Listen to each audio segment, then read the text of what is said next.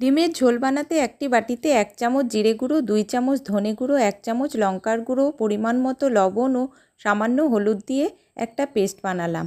আলু ছোট টুকরো করে কেটে সেদ্ধ করে নিয়েছি। ডিম সেদ্ধ করে খোসা ছাড়িয়ে হলুদ মাখিয়ে হালকা করে ভেজে তুলে রাখছি। গরম তেলে একে একে জিরে, গোটা গরম মশলা ও তেজপাতা ফোড়ন দিয়ে তৈরি করে রাখা মশলার পেস্ট, আদা বাটা, রসুন বাটা, পেঁয়াজ বাটা, টমেটো বাটা দিয়ে মশলা কষতে থাকলাম। মশলা ভালোভাবে কষিয়ে নিয়ে যখন এইভাবে তেল ছেড়ে আসবে তখন আগের থেকে সেদ্ধ করে রাখা আলু যোগ করে দিলাম। আলু ভালোভাবে মশলার সঙ্গে নেড়েচেড়ে নিয়ে পরিমাণ মতো জল দিয়ে নিলাম। ঝোল ফুটতে দিলাম। ঝোল 10-12 মিনিট ফুটে ওঠার পর ভেজে রাখা ডিমগুলো ছেড়ে দিলাম।